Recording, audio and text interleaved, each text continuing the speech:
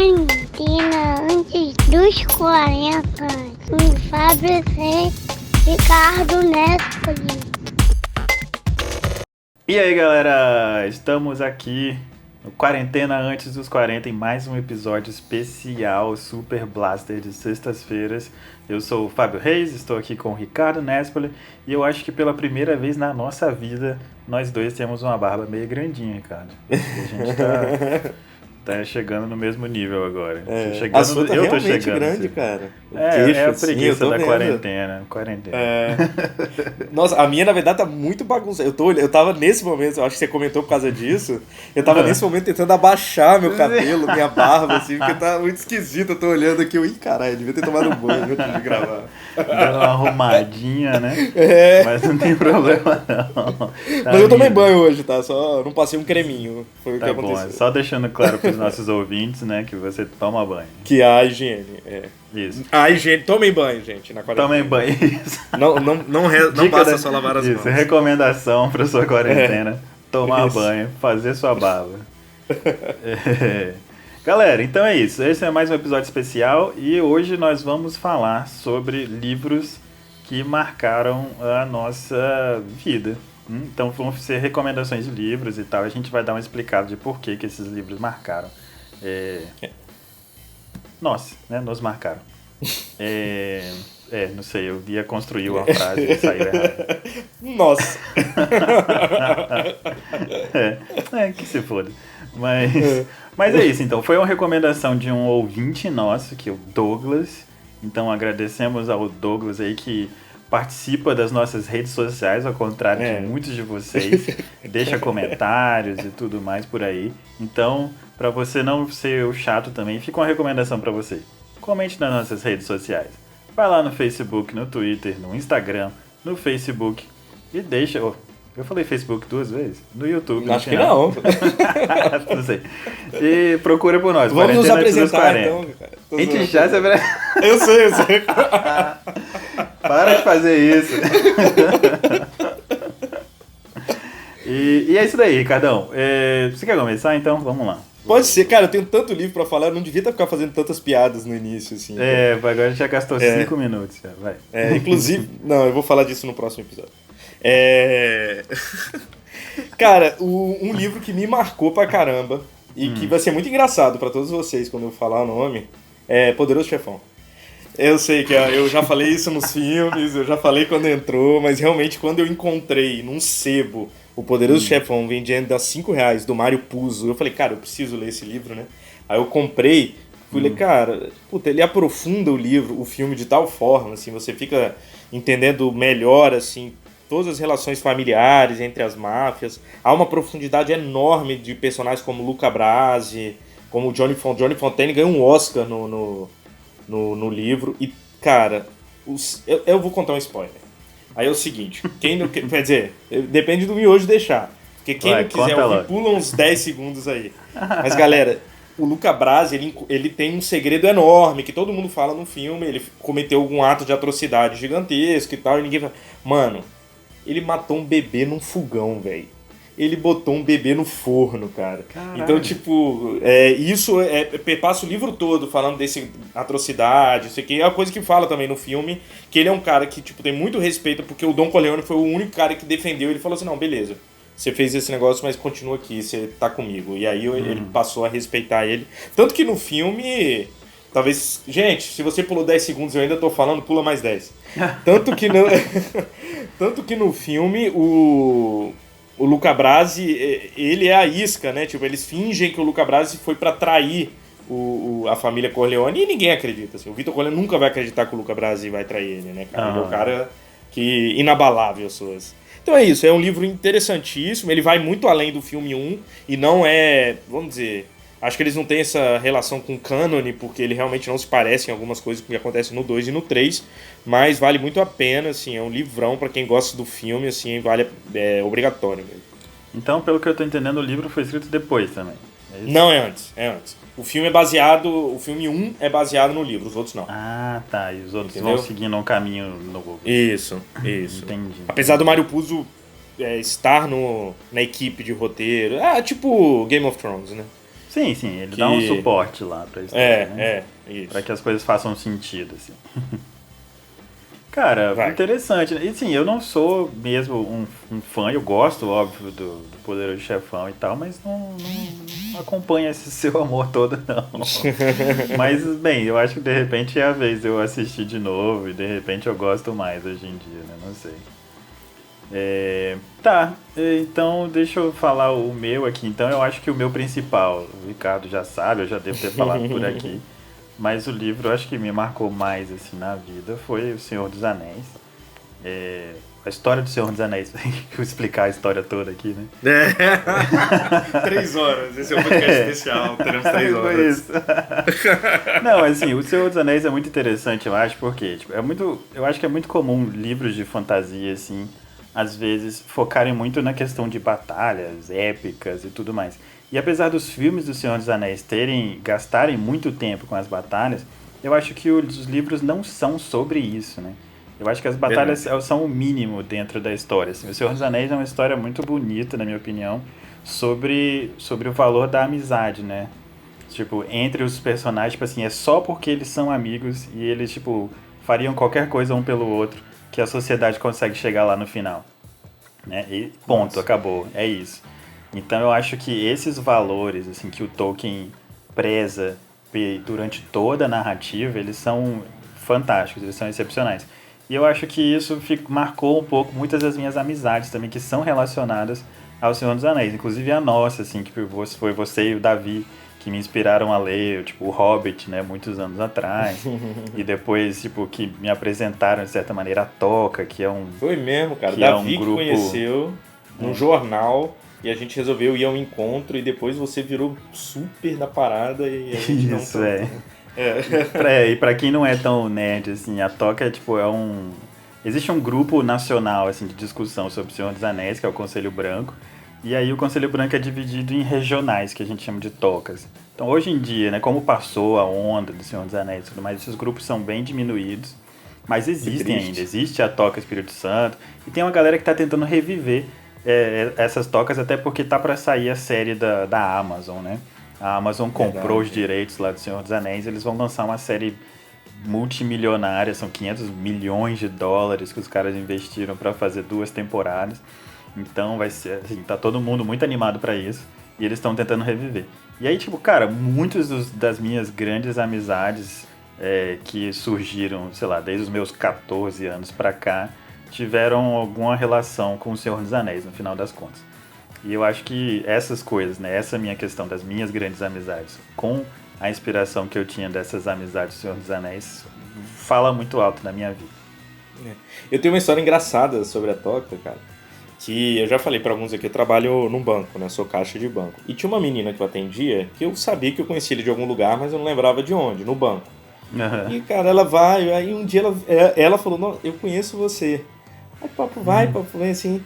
Aí ela tentando explicar, e eu, nossa, eu acho que eu tô lembrando e tal, mas não tava muito, né? E aí, enfim, aí depois a gente descobriu que eu tinha uma ex-namorada, era amiga dela, e aí a gente trocou mensagens. E ela falou, ah não, na verdade, eu te conheci da Toca. Só que eu tava com vergonha de falar, pra você podia ser zoado pelos seus colegas. Ah, eu te conheço lá da Toca, tá ligado? Ah, meu Deus do céu. Aí eu lembrei bastante dela, inclusive. A Mariana, você não conhece, foi pré-sua entrada, se não me engano. A Mariana Frasson. Cara, eu conheço a Mariana Frasson por outros motivos, mas conheço. Boto fé. Pois é, então acho que, tipo, o Senhor dos Anéis, eu acho que vale por isso. Tipo, se você não viu o Senhor dos Anéis dessa forma, eu recomendo que você volte lá, porque é bem legal. Agora vai lá, Ricardo, manda você mais um. Pois é. Cara, falando assim, um cara contemporâneo, mas que fala muito de fantasia, e hoje eu posso considerar que é meu autor preferido, é o Neil Gaiman, né, cara? Legal. Eu comecei a ler o Neil Gaiman com o Sandman, né, que é um quadrinho, e aí eu comprei aqueles compilados gigantes, que são 4 ou 5 livros dessa grossura, com todos os quadrinhos que foram lançados na época, era daqueles lançados normal, na banca, né, e eles compilaram tudo. E depois de Sandman, eu não quis parar de ler Neil Gaiman, e comecei a consumir tudo que eu achava dele, né, cara. Inclusive tem 2 séries, né, na Amazon, que é sobre Deuses Americanos e God Omen. E o Good Omens. Que são 2 livros dele. O Deuses Americanos eu li, é um livraço.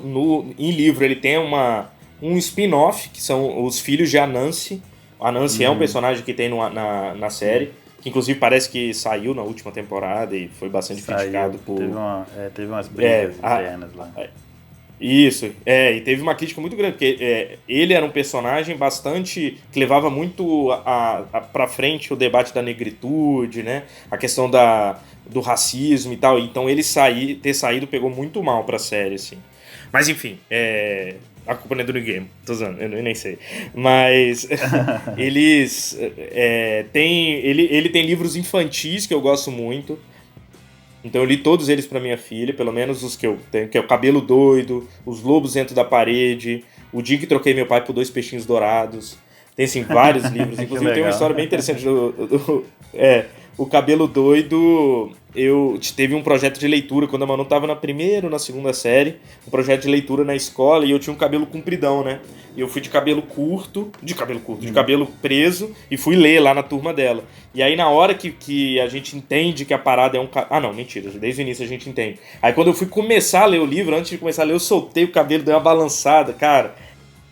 As crianças foram abaixo, assim, até hoje ainda tem crianças que falam assim, o tio do cabelo doido e tal. Foi bem legal, assim, cara. E ele também tem livros infanto-juvenil, que é Stardust, Stardust, Coraline. Sim, muito bom também. Muito bom, né? Inclusive o Stardust é muito massa, mas não tem o personagem do De Niro. Quer dizer, tem o do filme, né? Tem aquele personagem, mas ele não é aquele cara. E a gente aprendeu a amar por ser o cara que tem um segredo. Que quem já viu cara, então, pois é, eu gostei muito do Stardust, assim, quando eu vi o filme. E aí depois depois que eu fui ler a história, e eu achei muito legal, assim. Eu sei que tipo, é infanto-juvenil e tal, mas é uma historinha muito simpática, né? Então, inclusive tem o filme do Coraline, que é de stop motion, e eu super recomendo. Eu fui assistir no cinema na época. É mesmo? E eu achei muito legal, cara. Achei, assim, aterrorizante de um jeito muito legal.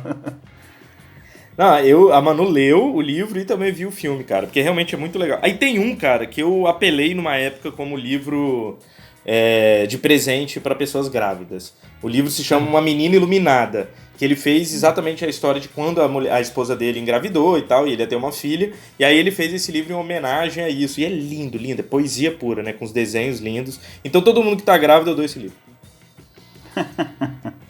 Que bom, cara, que bom. Então, tipo assim, eu gosto do Neil Gaiman em algumas coisas, tipo esses infantos juvenis que a gente comentou agora. Mas eu li Os Deuses Americanos, eu gostei dos Deuses Americanos. Mas eu acho que o estilo de escrita dele nos Deuses Americanos me incomodou um pouco, assim. Eu acho que é muito, sei lá, não sei, meio street talk, assim, as pessoas conversam de um jeito esquisito. Entendi. Não sei. Entendi. Mas assim, eu gostei da proposta inteira. Acho que só não gostei muito de como as pessoas conversam, assim. Entendi. Eu acho engraçado que ele... Engraçado não, né? Assim, ele é um estudioso mesmo, assim, de certas mitologias e tal. Ele tem um livro sobre a mitologia nórdica, que são de contos, que é bem legal. Então ele coloca esses elementos de fantasia baseado em mitos, que é muito interessante. O Deus Americanos é fantástico. A série, ela extrapola muito, assim, ela fala de muitos deuses, né? Bem além do que o livro fala. Mas, assim, você imagina a pesquisa que ele não faz, né? Pra poder escrever aquilo ali, respeitando cada mitologia e tal. Eu acho muito legal, cara. Muito legal. Não, sim, eu acho a ideia, como eu falei, a ideia é muito fantástica. E eu até gostei dela. Eu assisti a primeira temporada só da série, gostei. A segunda eu já fiquei meio mais ou menos, mas vou assistir. Prossiga. Tá, então minha outra recomendação agora vai ser de uma mulher. Tipo assim, eu acho que já comentei aqui várias vezes que eu sou um grande fã da Jane Austen.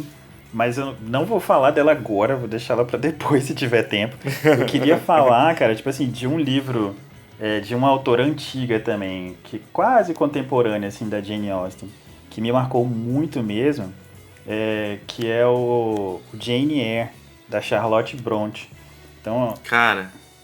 o quê? Mentira! Vamos falar dela. Não, fala aí. Não, vamos ambos. Isso, é que eu mostrei aqui na câmera, eu também anotei Jane Eyre pra falar. Porque, cara, tipo, assim, eu fui descobrir as Irmãs Brontë depois que eu li a Jane Austen, né? E eu gostei muito da leitura da Jane Austen porque me mostrava um pouco sobre a época dela, porque ela escrevia sobre a época dela. Então, as Irmãs Brontë, eu acho que elas também falam, mas elas falam de uma época assim, mas elas falam de um jeito muito mais sombrio da vida, tipo assim, das dificuldades da vida, né? E não, apesar tipo de ser umas assim, dificuldades, assim, se a gente parar pra comparar com as dificuldades de verdade que devia ter a galera mais ferrada na época, assim, né? Sim, eu acho que é muito... Não, a gente é pobre, aí você vê uma casa com 3 empregadas, mas eu sofro tanto, entendeu? Não, isso eu entendo perfeitamente, né?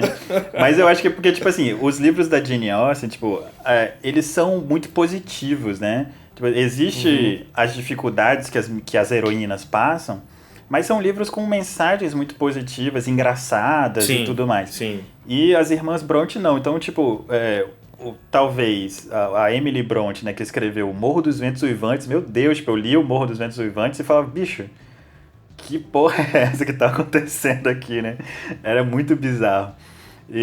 Mas a Jane Eyre, eu acho que é interessante porque a vida dela é sofrida, é muito difícil, e essa dificuldade que ela tem de encontrar alguém com quem ela se identifique, eu acho muito profundo, assim. Não, né? Cara, e é isso, né? Cara, necessariamente a gente tá falando de spoilers aqui, né?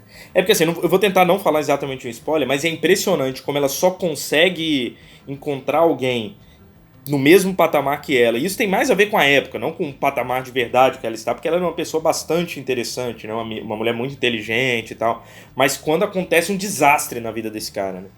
E aí eles conseguem estar no mesmo patamar, né? Eu acho verdade, interessante cara. Isso, assim, cara. E eu li recentemente um livro, um spin-off de Jane Eyre, que foi um livro feito no início desse século, que se chama O Vasto Mar de Sargassos. E ele conta de uma forma diferente, mas ele conta a história da esposa do Mr. Rochester, a que fica presa na torre. Porque aquilo é o que mais me incomodou naquele livro. Tipo, caraca, velho, não é um bicho, é um ser humano, tá ligado? Olha como vocês estão tratando ela, tá ligado, cara? Mas assim, de fato foi o livro desses clássicos, assim. Sim, e eu li ano passado, cara. É um livro que me deixou bastante... Nossa, é lindo, realmente é lindo, é merecedor. Eu já dei de presente também e tal. É um livro que vale a pena ler mesmo. É verdade, cara. E tipo assim, eu recomendo, inclusive, se você não tá na vibe de ler o livro agora, mas existe um filme recente, que eu acho de 2009, tá na 2011. Netflix, se eu não me engano. Isso, que é até com Michael Fassbender, que é com aquela Mia Wasikowska, que fez os filmes da Alice no País das Maravilhas. Sim. Cara, um filmão assim também. E eu acho que passa bem o sofrimento lá da Jane Eyre. E fica a recomendação aí das duas coisas. Isso aí. Galera, então, tem um livro que na verdade é uma piada aí pra Luísa, se ela estiver ouvindo, mas que realmente marcou, porque foi o primeiro livro grande que eu li. Eu tinha uns 8, 9 anos, e eu li uma biografia do Papa João Paulo II. E eu tirava uma onda do cacete de ter lido esse livro, mas eu não me lembro de nada, absolutamente nada sobre a história desse homem, entendeu? Mas eu tirava uma onda do cacete, não, porque eu já li a biografia do... E aí Luísa sempre me zoa disso, é uma piada interna. Mas agora, de verdade, uma pessoa, uma autora também, outra autora, né? Que a gente... Agora, uma coisa engraçada, você falou do Jane Eyre, mas você não falou qual das irmãs, né? É meio engraçado que a gente costuma generalizar. Você falou, Charlotte? Falei. Desculpa. Deve ter cortado pra você. Tô zoando. Não, assim, Charlotte Brontë. Não, tá. É porque normalmente a gente fala irmãs. São tá as três e pronto. Sendo que uma a gente não sabe quem é, assim. Tipo... É o José Carreiras das irmãs. As três Brontë. Mas uma autora que marcou completamente a minha vida, minha infância, e porque o meu pai colecionou todos os livros dela, é Agatha Christie. Eu li, assim, eu não li todos, porque, assim, ela deve ter centenas de livros, né, assim, mas eu tenho uma caixa gigante, uma coleção que era vendida em banca de revista que meu pai comprava, e, cara, tem livro no nível de, tipo, vou começar a ler agora, lia, tipo, 2 livros num dia só e tal, de tão empolgante que eu acho, aqueles mistérios, e eu acho que é diferente do Conan Doyle, né, que é o cara que escreveu Sherlock Holmes. Ele é um livro que você é capaz de descobrir o mistério junto com o personagem principal. Eu acho que o Sherlock Holmes não, porque o Sherlock Holmes depende de algum conhecimento que só ele tem. Tipo, uma erva estranha que ele pesquisou na viagem dele pro Himalaia, entendeu? Mas na Agatha Christie não. A Agatha Christie você sempre consegue acompanhar. Entendi. Nem sempre você consegue desenvolver, mas é possível. Essa é a questão. Tipo, caraca, eu podia ter pensado nisso. Sherlock Holmes não, tem um Deus Ex Machina, que chama, né? Que chega um negócio que você não tem a menor ideia de onde ele tirou. Cara, eu gostei. Até porque, tipo assim, eu acho que é uma das minhas coisas quando eu leio, assim, as histórias, as aventuras do Sherlock Holmes, é que, tipo, é interessante e tal, ele é um personagem carismático até certo ponto, mas é isso, né? Tipo, é sempre uma coisa muito mirabolante, assim... E que eu acho que a gente realmente dificilmente conseguiria descobrir junto com ele. Ele chega a conclusões a partir das observações, que é o método dele, interessante, mas tem coisa que, mano, você não conseguiria chegar a essa conclusão, é mentira. Eu lembro um livro do Jô, cara, o Xangô de Baker Street, um livro que o Jô Soares fez como se fosse um caso do Sherlock Holmes aqui, no Brasil, né, passando no Brasil colonial. E é muito engraçado, porque o Sherlock Holmes está idoso, e, cara, ele erra muita coisa. É muito engraçado, tá ligado? Porque ele fala um monte de coisa e tal. Aí depois os caras olham, porra, aí é isso mesmo? Não, fiquei com vergonha de falar que não, mas ele errou completamente. Tipo, porque esse broche amarelo, o cara, não, é uma sujeira, deixei cair o negócio, tá ligado? É bem engraçado. Gostei. Eu não li, mas bom saber. Ele tem livros interessantes. Eu li 2 livros, li 3, é porque um eu esqueci o nome. Mas é o Xangô, o Assassinato de Getúlio Vargas. É bem legal, e o outro eu esqueci. Mas que é legal também. É muito legal, com certeza. É o terceiro livro. Tanto faz. Rapaz, tá. Então, eu vou fazer outra recomendação maneira agora. Deixa eu olhar o nosso tempo primeiro, porque, né? Como é que tá nosso tempo? Nossa, cara, eu não sei qual é nosso tempo. Fudeu tudo. A gente não tem tempo de mais nada, não. Não, foda-se, eu vou falar a última, acabou. Que se foda. Cara, então... Isso aí, meu irmão. Se você está ouvindo, se vira aí. Dá um jeito de ouvir até o final. Cara, há muitos anos, eu me tornei um grande fã de um filme chamado Contato. É um filme de 97, se não me engano, com a Jodie Foster, com Matthew McConaughey. E não sei nem se é o Matthew McConaughey, mas eu acho que é o Matthew McConaughey. De alienígena, assim, né? Tem isso, Ela é uma pesquisadora, uma cientista que trabalha no Projeto 7, né? Que é aquela busca por vida extraterrestre. E, cara, o que me chamou a atenção, assim, depois do tempo, é que tipo, a história era muito interessante, porque não era só, tipo assim, nossa, fui abduzido, não era só aquele drama psicológico, mas tinha uma coisa muito humana, assim, que eu achava que era, tipo, você tentar buscar a verdade e você se apoiar nas pessoas para isso. E eu achava que, tipo, eu achei isso muito marcante. E no final do filme ele fala que ele deixa, tipo, uma homenagem pro Carl Sagan, que foi um dos maiores cientistas do século passado, desse século, né? E porque a carreira dele é muito marcante. E aí eu fui descobrir que, na verdade, o Contato era um livro dele, que ele escreveu. E porque, tipo, o Carl Sagan, ele trabalhou, inclusive, por exemplo, na campanha da NASA para mandar o primeiro robozinho lá para Marte, né, e tal. Então, ele estava muito presente nessa vida de astronomia, assim, e ele resolveu um dia escrever um livro tipo, de como que ele imaginava que poderia acontecer um contato com vidas extraterrestres. Então, não é aquela coisa do ETzinho verde que chegam na navezinha e abduz pessoas, assim, é muito além disso. E ele, como um divulgador de ciência, que era o trabalho dele, né, por muitos anos, ele tem uma preocupação muito grande, tipo, de lidar com algumas questões que marcam a briga da ciência com outras coisas, né? Inclusive, o livro e o filme tem uma discussão muito interessante sobre a existência ou não de Deus, e ele faz uma certa comparação nisso, tipo, com a crença que a Ellie, que é a personagem principal, tem com essa existência das vidas extraterrestres. Então, entendi. Tipo assim, ela não acredita... Como se fosse uma fé, né? Tipo, ela não acredita em Deus, assim, mas ela fica tão, assim, ligada a essa questão, a essa busca que ela tem, que é outro tipo de fé, na verdade. Então existe essa discussão que eu acho que é muito válida, né? E eu acho que no filme isso é feito de uma forma muito educada, assim, muito bonita. E o livro é fantástico também. O livro vai muito além também do filme. E eu acho que traz uma humanidade assim, para a ciência e para essa coisa da gente estar sempre buscando por algo maior que a gente. Assim. Eu acho que vale muito a pena. Bem legal, cara. Recomendo. Tá aí. Vou procurar. Procura sim. Então é isso, galera. É isso aí. Pô, Tá ficando escuro aqui, eu esqueci de acender a luz. Anoiteceu já enquanto a gente falava. A gente falou um monte hoje. Mas espero que vocês gostem. E, mais uma vez, das sextas-feiras, então, nossos episódios são especiais, feitos a partir de recomendações de vocês. Douglas, eu espero que você goste das indicações.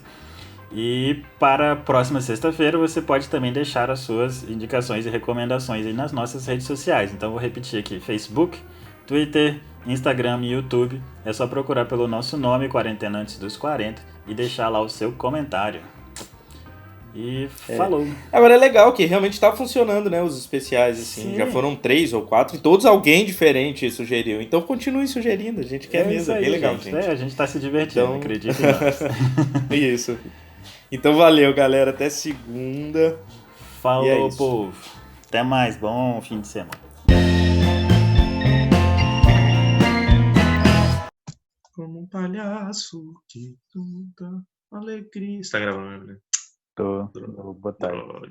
Droga. Vai ser o finalzinho.